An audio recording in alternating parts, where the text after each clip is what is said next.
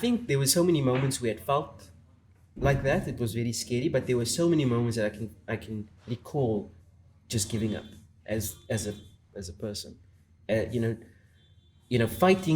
Fighting. There is a point where you can't fight anymore. For me, it was a mental thing. It was just days and days and days on end of it was the monotony of it that I remember not being able to cope with. And I think my family could see it too, that monotony setting in. So, how many medals have you won? So at the moment, right now, it's vice in the World Series. Yes. There's gold, silver, two golds, 2 bronze, 1 silver, and then a bronze in the Pro Jam International in Indonesia, 2018, 2019. Multiple gold medalists, multiple silver medalists, Yes. multiple bronze medalists. Red Bull sponsored rider Previously, previously. Previously. Now your sponsors are Adidas, Adidas sponsored rider, Garmin, Oakley, Garmin, Camel. Oakley. This man is busting down the door. At a young age, he nearly gave it all up. If you want to find out more, keep watching. But remember to hit the subscribe and smash the like.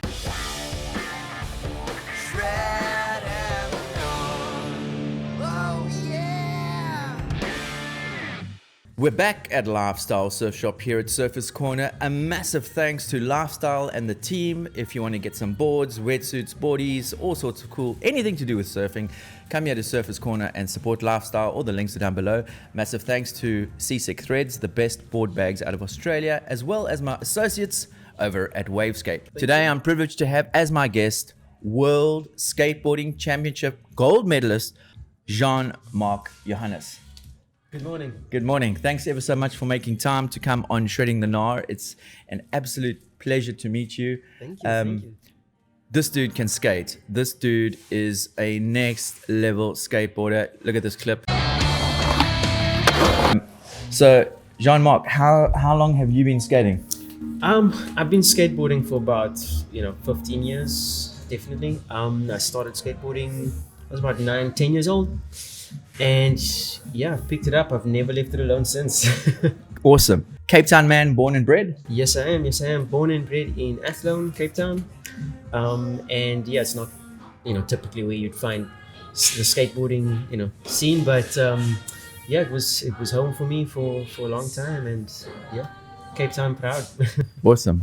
We're in a noisy surf shop, so there are going to be noises happening. We've got a shaping bay behind us here. We've got people buying surfboards. So if there is a bit of noise, it is ambient noise, and it is what it is. Do I call you Jean or Jean-Marc? Jean is all good. Okay. Yeah. So Jean, growing up in what we wouldn't say downtown Cape Town, it's more like sort of the suburbs of Cape Town, Yeah. Athlone. The community is not traditionally known as a skateboarding community. Yeah. Were there any skate parks in the area? There were no skate parks in my area, and no skate parks to this day as well. So for me, it was difficult. The only places I could skate were the streets, and that was super tough. When I was younger, I would actually just try and skate as far as I could to the nearest sort of skate spot, and that was probably Athlone Stadium, one of them, or the taxi rank, and I would kind of use those ledges to learn tricks. And not the safest way to go about things, but on my own. Yes. When When you say not safe, what do you mean? I was like 10 years old, just going around in the streets, and definitely, it would be much more better if it was like a crew of skateboarders. So you were ace out, basically. I was alone. Yeah, I was the only skateboarder I knew for a long time.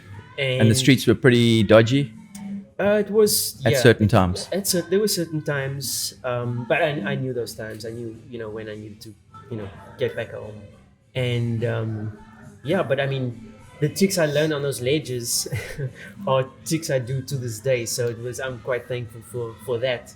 And also the journey to getting there, and knowing that, look, that was a long skate to get to this ledge. I have to learn this trick. Wow. So yeah, it was a journey. Inspirational. The man's a professional skateboarder. He's a professional athlete.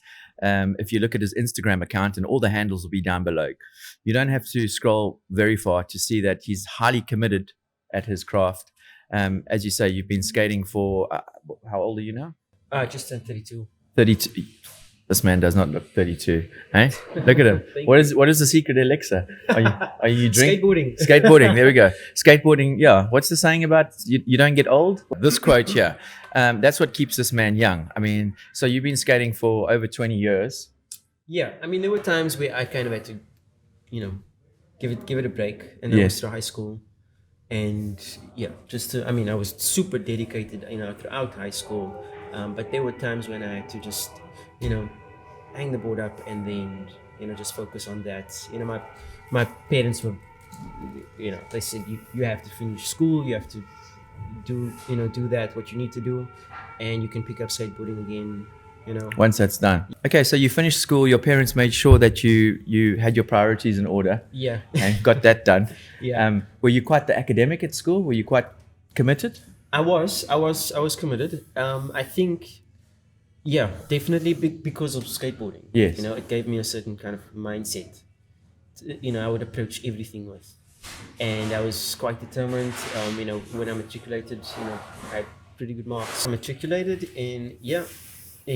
from Windsor High School, and that's in Rondebosch, and they knew how much I loved skateboarding, and there was always an excuse for sports day. I just couldn't make the team in anything. I was also born chronic asthmatic, so it was pretty difficult from the start. But skateboarding kind of gave me a mindset that I used to overcome other difficulties, life and school, all those things. So yeah, Skateboarding taught you some good lessons. Definitely painful ones. Yeah. I could say it's I approached everything the same way I would approach chicks. I saw something that seemed impossible, I would challenge it. Especially if I got it wrong first. That would drive me even more. To want to see what's on the other side of that line. Amazing. In terms of your asthma, were there any moments where it was quite serious for you? It was serious from the start. I spent a lot of my early childhood in and out of hospitals, months, and my parents would sleep at the hospitals. It was that I remember that very, very really distinctly. Yeah, and the one thing that I realized later on in life was that because of that, other things started to develop. When I eventually was back home for a long periods of time, I would have regular checkups, but I would say just weak. I wasn't active or anything like that. I also didn't want to be active. I was alone a lot of the time and wanted to be alone a lot of the time. And did you suffer from, was it maybe not diagnosed, but would you say because of your battle with health, were you in a depressed state? It felt that way, yeah. Definitely. Because I would question, is this it for me? Is this life? But then what happened was I saw skateboarding in that time. I saw kids at school with boards for the first time, and I thought it was epic. And then I didn't really know much about it, but I just thought it was cool. I didn't see it as a sport, I need to kind of get involved in that way. I saw it as something else, and I just went home and I asked my parents, could I get a board, and I just want to try it out at home, in the backyard. And then my mom obviously looks at me strange, okay. She goes to the garage and she pulls out her old board that she used to use when she was my age, and it wasn't a pro board or anything like that. It was like a fish board, the old school. Yes, I remember that. And it was a board. It was something. I had a skateboard, and that's what I wanted.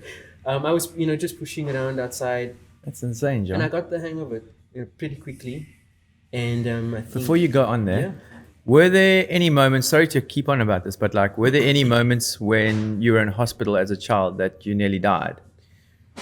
There were times were you on ventilators and that? I think there were so many moments where it felt like that. It was very scary, but there were so many moments that I can recall just giving up as a person. Fighting. There is a point where you can't fight anymore. For me, it was a mental thing. It was, it was just days and days and days on end of it was the monotony of it that I remember not being able to cope with. And I think my family could see it too, that monotony setting in. And, obviously going back home with all the same equipment from hospital is now back with me at home. Yeah. So the monotony is still there. Yes. Wow. So it was. So it's almost like the hospital had come to your house. Pretty much. It was then when I come home from school, I'd have to be on the machines, or most likely, even on weekends. And I don't really recall the time where I actually stopped using it. But yeah, there was a point where I could actually come off the machines, but I would still have, asthma attacks, but not as often. But yeah, it was a journey, and I had to change a lot of things, like Wow. the lifestyle as a kid. Yes. I had to try and make sure certain things, I can't eat this, can't drink that, and certain things. Tough as a kid, eh? Yeah. And psychologically as well. Like. Definitely. So, how many medals have you won?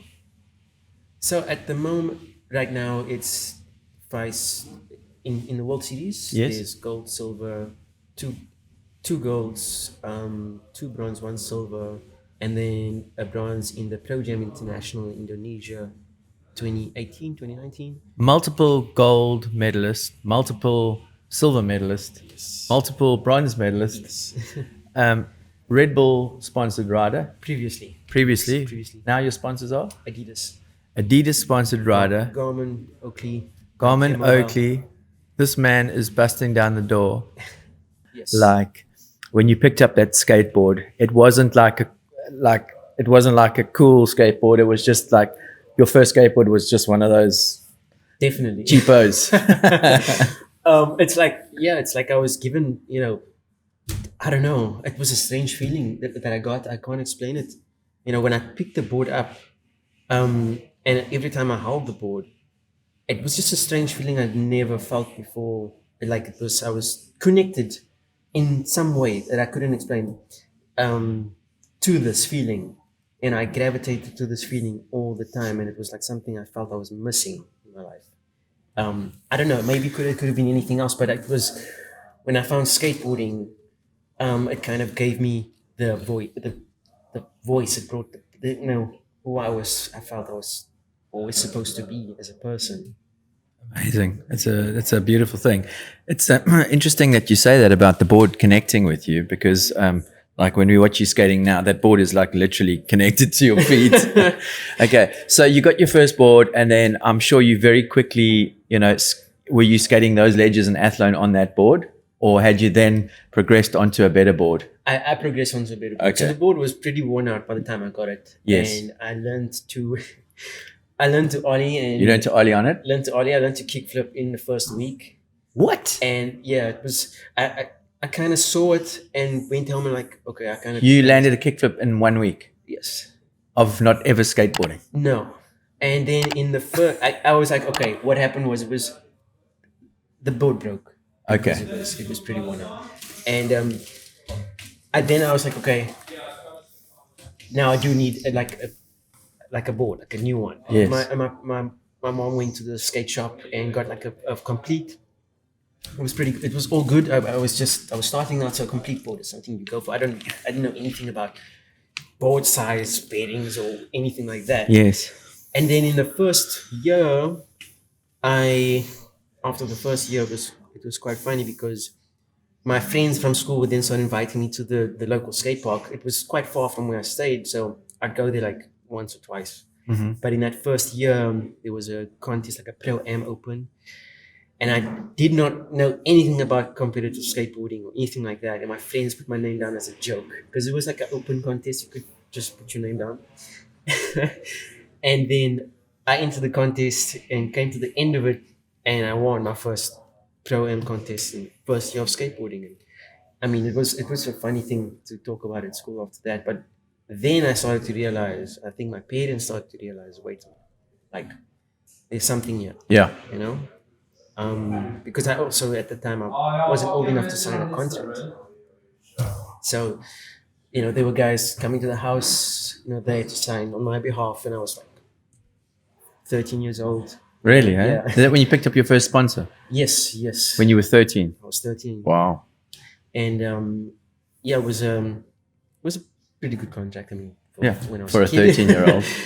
So it was kind of, And that's when your parents went, actually, yeah, maybe maybe this isn't too bad. Yeah. But I think what was important for them was they wanted to see me smile. They wanted to see me happy. Yes. And this is what was bringing me that. It was kind of like watching the plant and watching it grow, It must have been such an amazing thing for, like, it sounds as if to me, big up to your folks, because they sound like incredibly loving, supportive people. So big up to mom and dad, right? Yeah, no, definitely. They believed in me. Definitely. Okay. They believed that they knew that if I pursued this, it was going to be difficult. But they are professional athletes as well. Like, my mother's a South African champion in dance. My Did not know this. My grandfather's, retired boxer. So you come from a lineage of dedicated sportsmen. Dedicated sportsmen and professional athletes, but then when I came along, it was the least likely to be an athlete, definitely from the start. Yeah. And I was somehow convinced myself of this. When I was coming home, all you were seeing, or I was seeing, was trophies, like so much, but obviously not coming from me. It was your family's trophy. It was my family's. So I was seeing this every day and questioning, where do I fall in? Because I'm just this dude who's been in hospital for I'm not perceived as a strong athlete. Yeah. So I convinced myself that for a long time, because you don't see anything else other than that. But then, I don't know, when I picked up skateboarding, it was like, it made me realize, no, there's a different pathway. You don't know it now, but you understand later in life, maybe, Amazing. And, okay, so, like me, I was always one of the smallest guys in the class.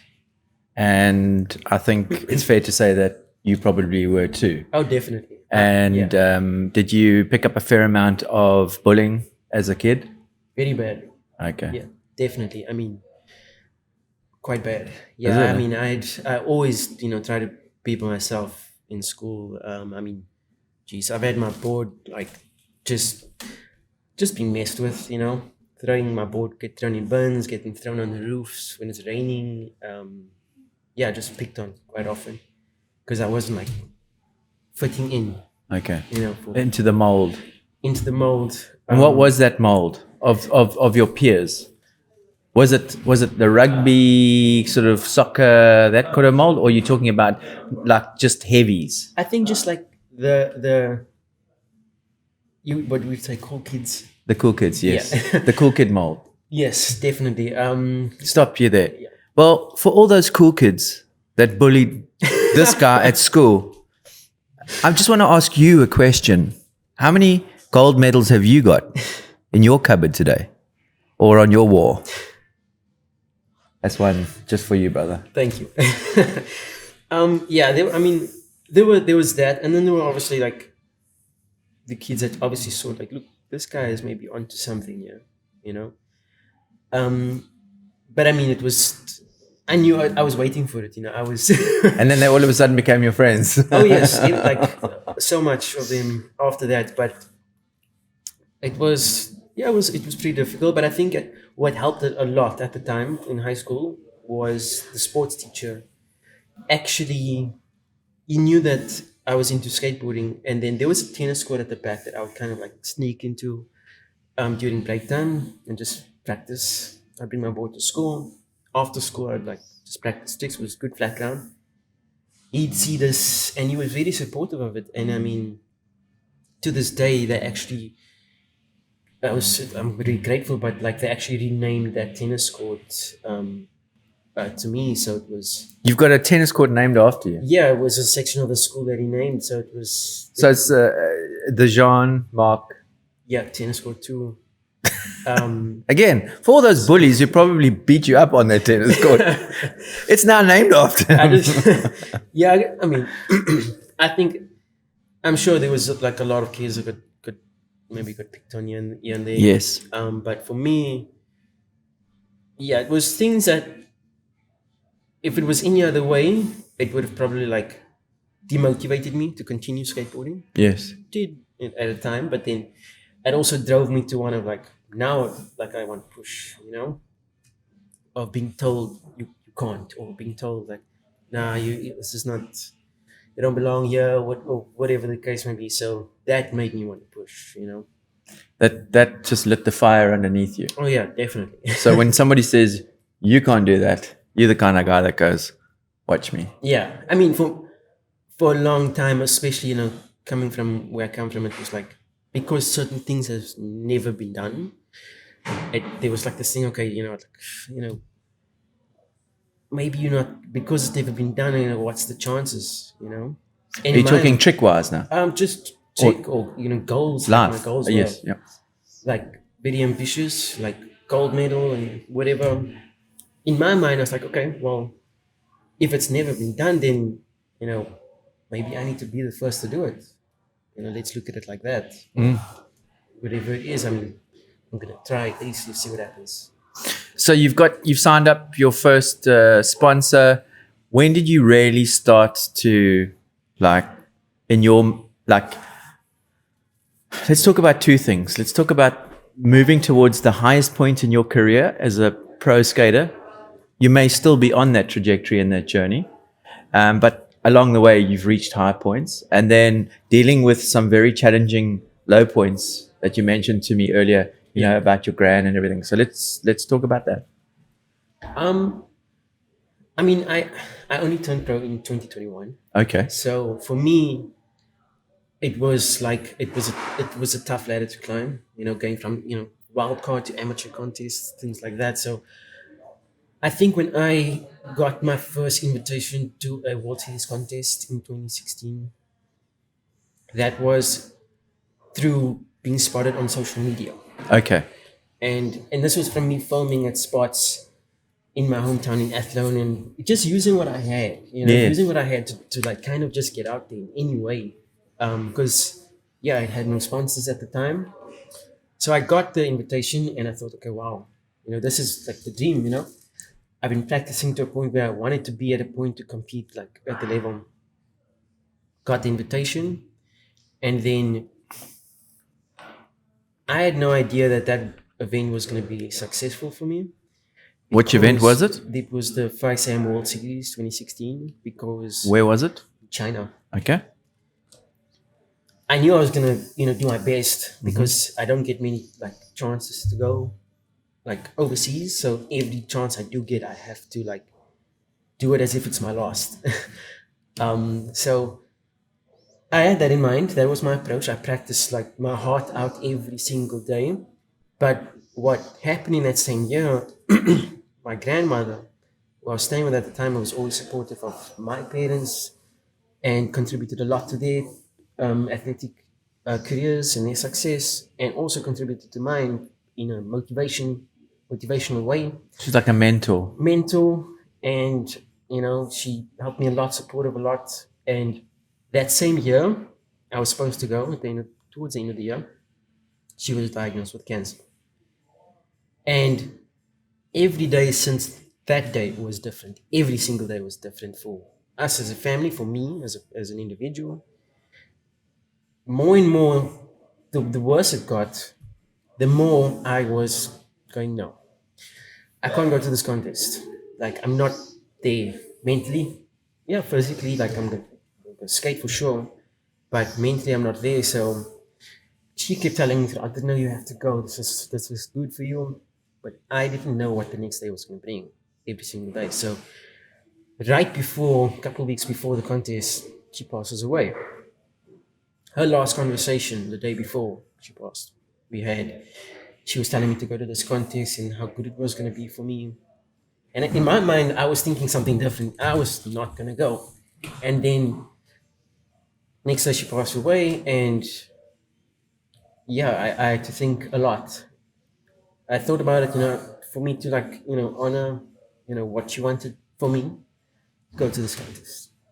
Went to this contest, and the final run, I don't even remember. I don't remember doing it. I watch it back and going, I didn't practice that. Like it's online, and these tricks I've never done in a contest before. I would never do these tricks in a contest because it's risky.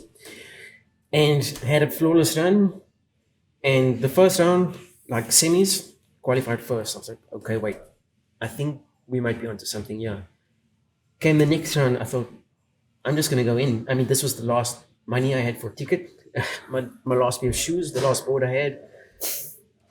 This is it. And I went in, and you could see, even you could hear the commentators could see it in that I'm going to go in definitely to the end now.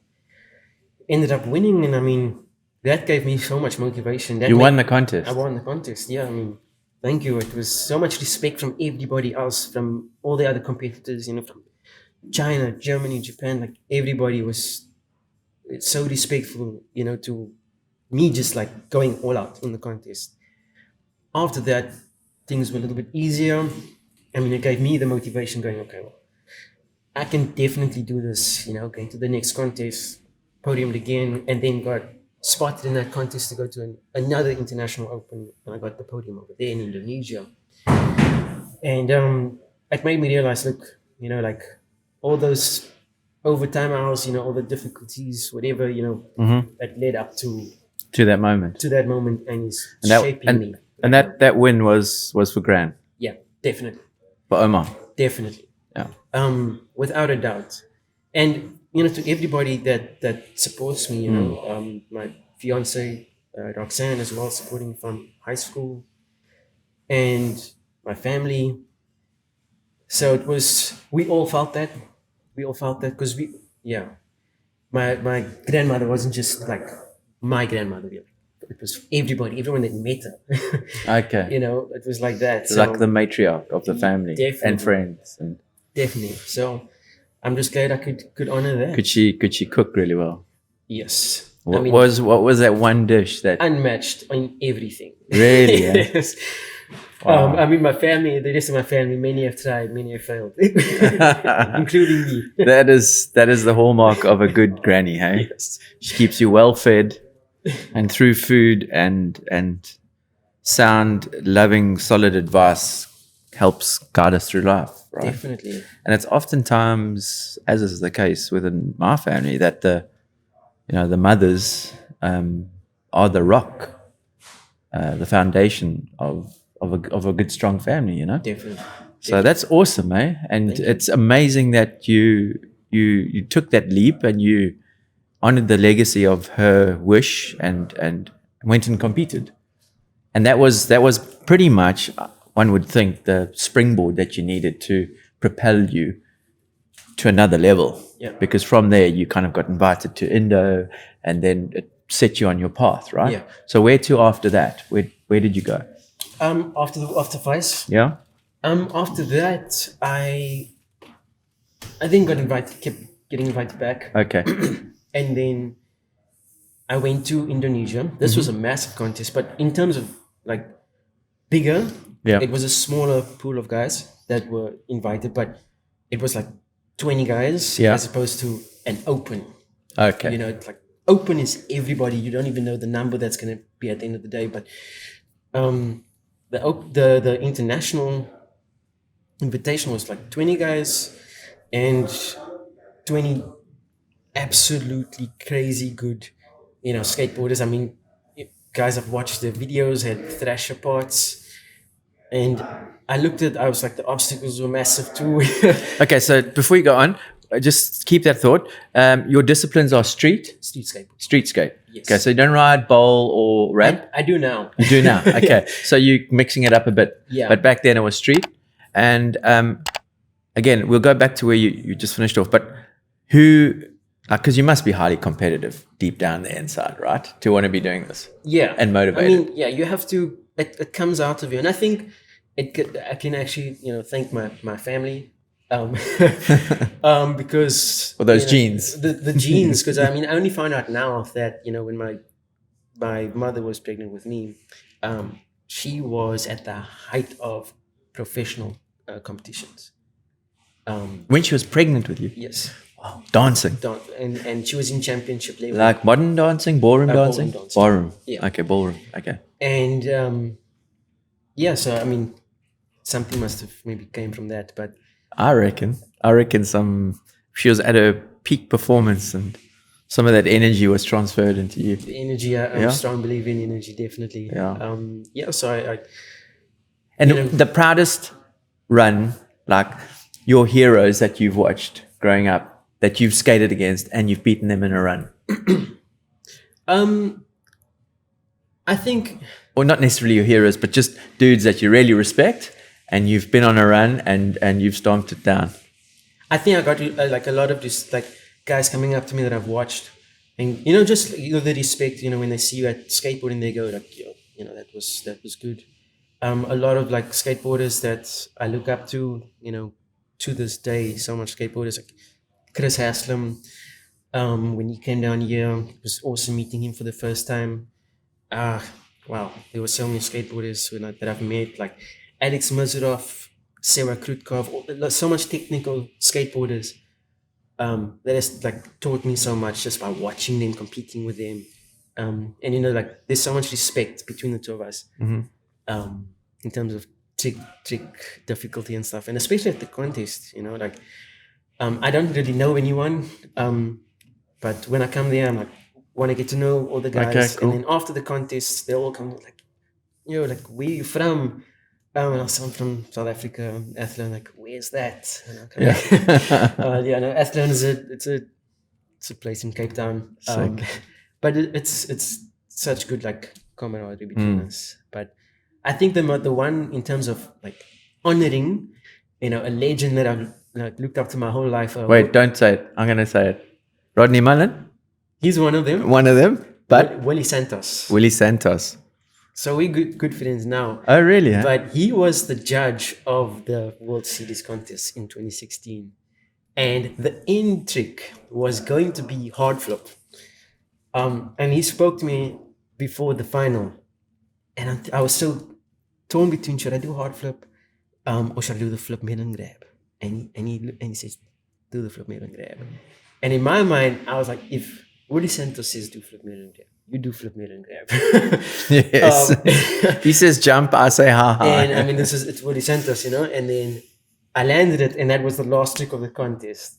And I went up and I'm like, thank you. I don't know. But now, I'm doing also hard flips in contests now. So, okay. But I mean, just to like honor him, and like if he says, like if someone at that like level, take the advice. Take the advice. It's a mentorship. It forms part of your and if you listen and you guided by it, it's only gonna propel you forward. Definitely. He saw it in you that you could land it. So exactly. That was like almost like a pat on the back. You can do it. Exactly. Go hard. And I actually, in a lot of the contests from where it went from there, when I went to the International Open, came to the final, I start, taking advice from the guys that have, been doing this for a long time, helping me, and I'm starting to learn how to skate transitions better and adding that in, at that International Open, there was big handrails, but there were also like box jumps. And this was new to me, but I needed to learn how to do this. Yes. And a lot of advice was given to me about, add that in, air over the big jumps. You can do the rails, you can do the ledges, just add those in. It made such a big difference that I actually start with that now. Amazing. So I'm thankful to all that advice, and the more the merrier, definitely. Awesome. So, I mean, it's been an amazing journey. You've literally mapped out how it's been hard work. It's not been an easy journey.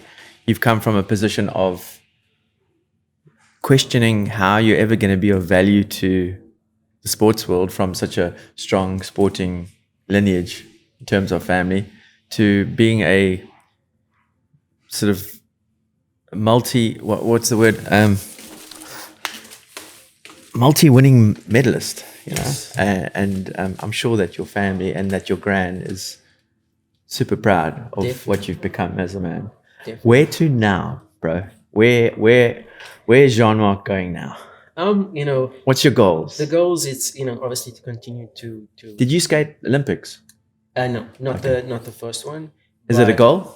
Yes, it's a goal. I actually just entered the Olympic trials, which happened about 2 weeks ago. Oh, sorry, in April. Okay. Beginning of April, and I got a podium place out there, and then that was actually right after Ultimate X, and I won best trick at the Ultimate X. So it came right after it, and my head was there. Yes. And got the podium place, and then qualified to compete in the Olympic event coming up in Rome. Okay. So you need the points, right?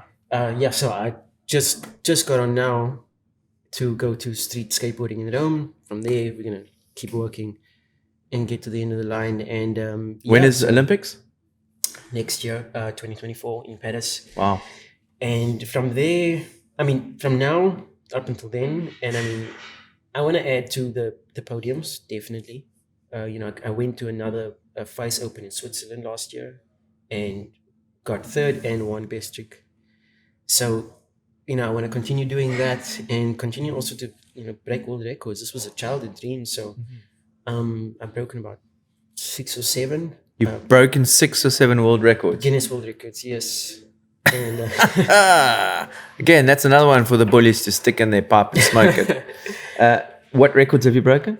There was a few. Some have been surpassed. It was most nollie heel flips twice, most ollies, most consecutive ollies, most 360s, most big spins, most 180s, most fake heel flips, most nollies in 30 seconds.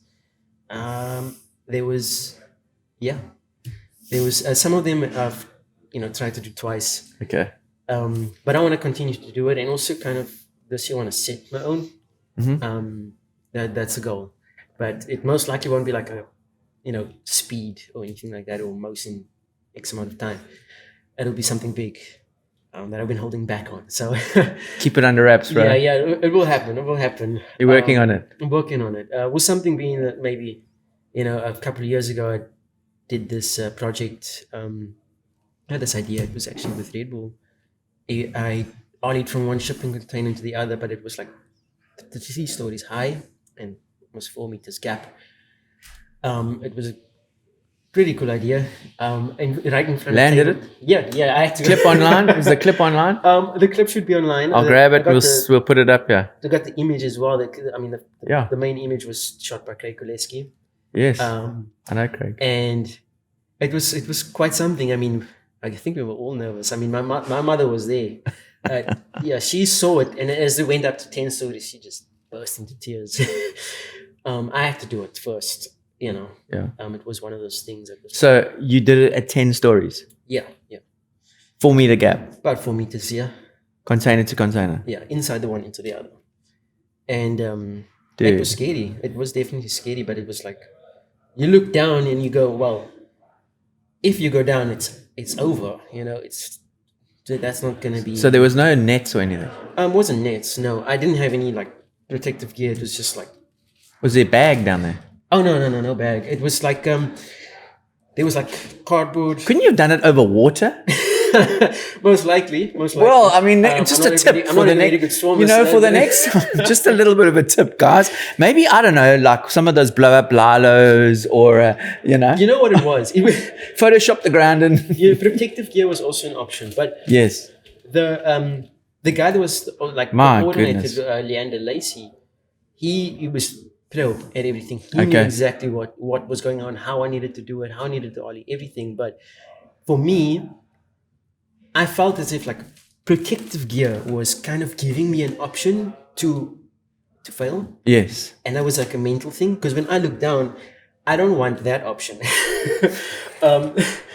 That's not why I came here. Dude. I mean, yeah. So I looked right in front of me. That's why I came here, and like that's what I'm going for. I'm not going for down there at all. Yeah. And we did it, and yeah, just the sound of it was eventually actually the impact I was landing was like swaying the thing. How many times did you do it? Could have been about twice or three times. The first one I did it done, and the ollie was a bit like not like tweaked out or anything, so it would look weird like in the picture. So I thought, okay, let me go the next time, and then the next time, then it was like everything started to set in, and I kind of like as I'm riding, the wheels kind of clipped down before I ollied, and I jumped, and luckily the momentum got me over. I'm like, okay, I can't do that again. Came over, went fast, so did it, got a good picture. Like the ollie like was like proportion wise was good. So it was 2 cranes. Yeah, the cranes took the containers up. containers up. How big were the containers? Were they the long ones? The long 12 foot. 12 foot. 2 12 foots. Just suspended 10 stories up. And here's this dude like olling over a 4-meter gap into another container. But what was for me was Bro, my palms get sweaty just talking about it. Because they said it was 12 foot. I'm like, okay, cool. 12 foot, we got run up, let's go. And you don't estimate, you running with I was running with my board Yes. to get the speed. So you running for about half of that. You get onto your board. Yeah. You need to be in the foot position. No, for sure. And then as you say, not allow that front wheel to clip. You just got to like pop it. So the faster you run, the quicker you're going to get there. So I was in my mind like, oh, I didn't think about that one. But I'm sure you practiced it quite a few times, like at lower heights, right? Yeah, I practiced the gap and the speed and all of that, but nothing prepares you for Actually doing it. Fear, Yeah. like in your face, like that. Would you say that's one of the most challenging mental, psychological tricks you've performed?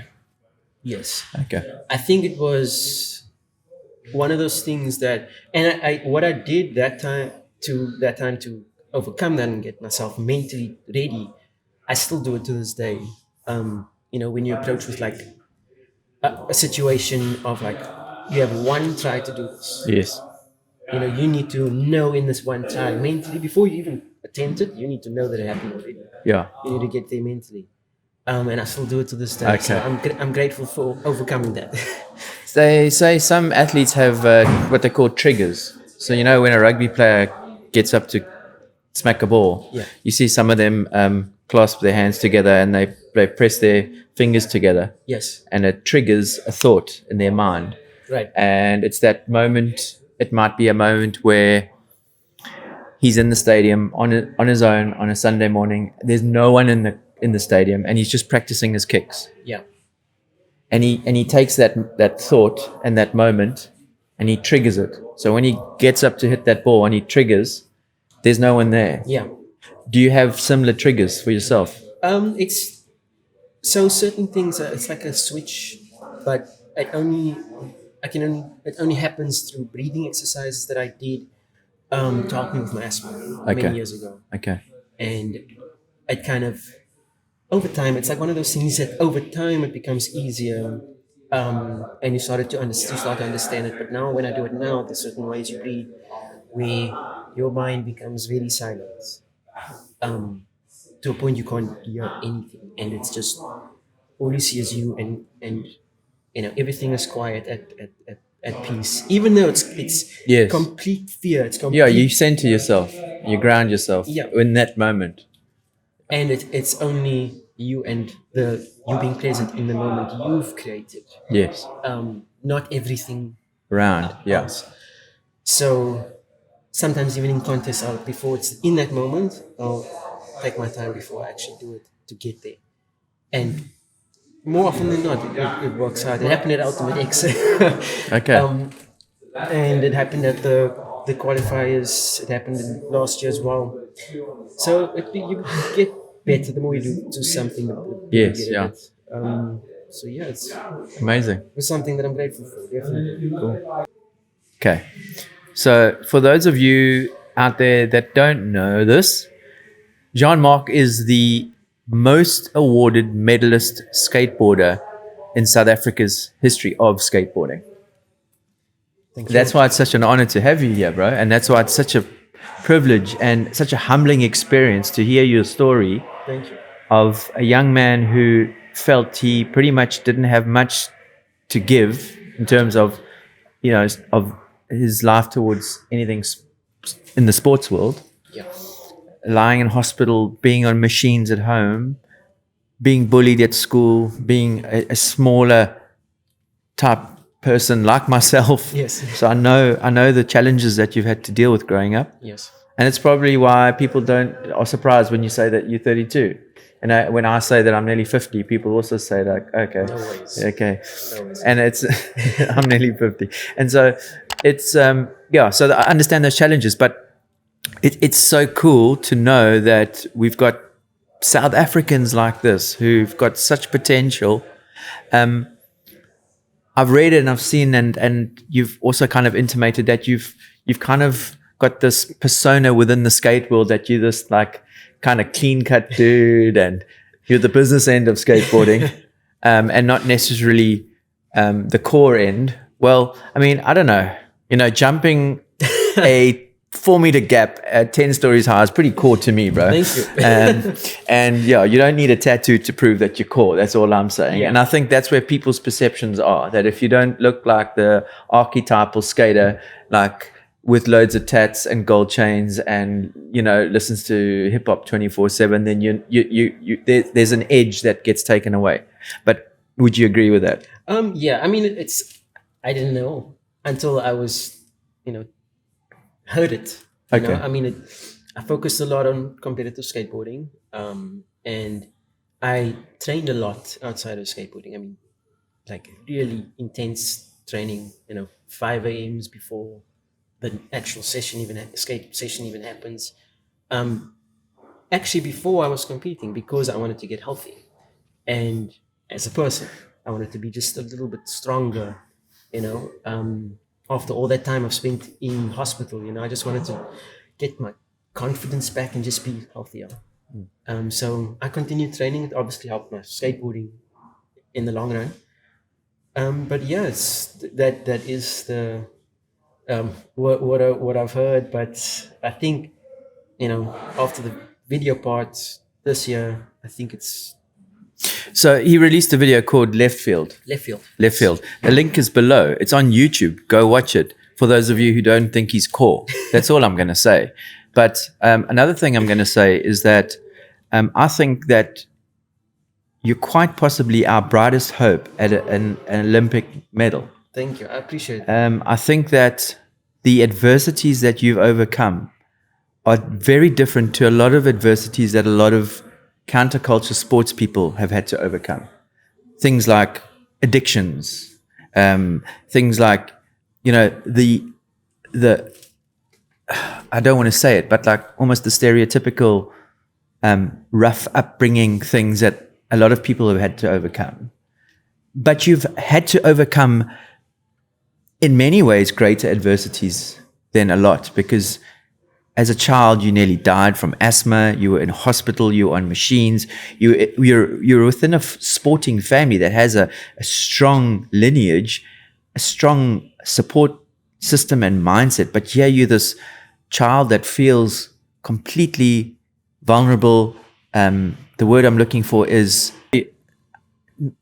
you probably lacked a lot of self-confidence in those days. I struggled with that a lot. Okay. Yeah. But you've got past that. Yeah.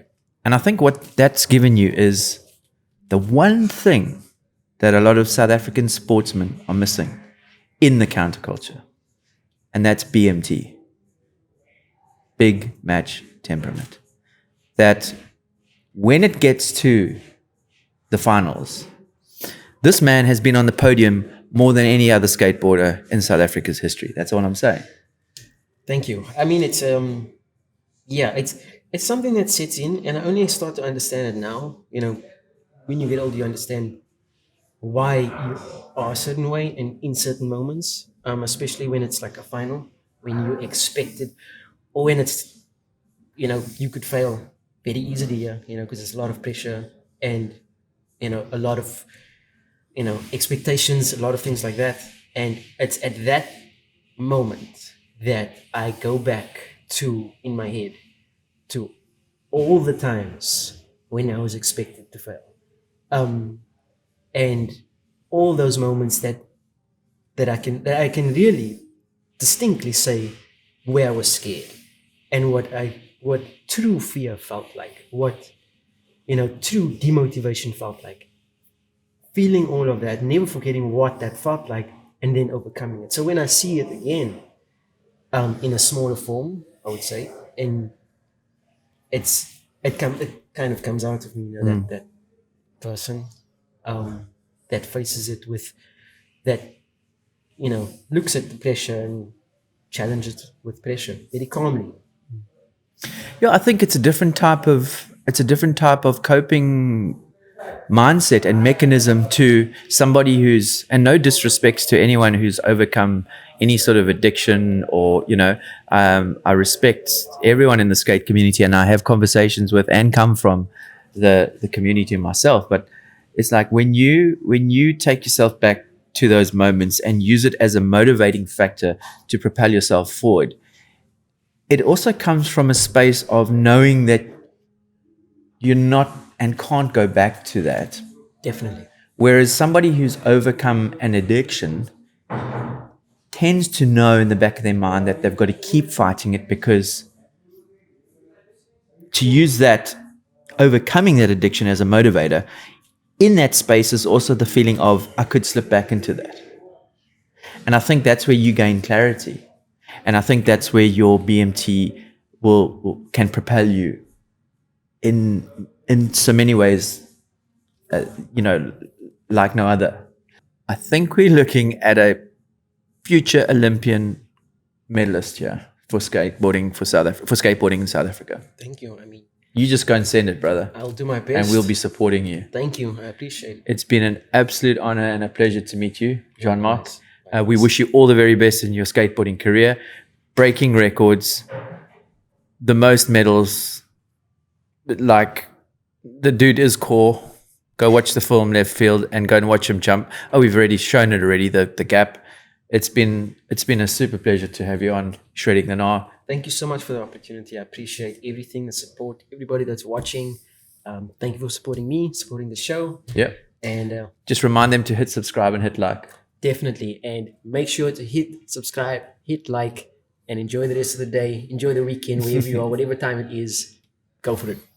Brother, thank you. Thank you so much. Cheers. That's a wrap. Woo.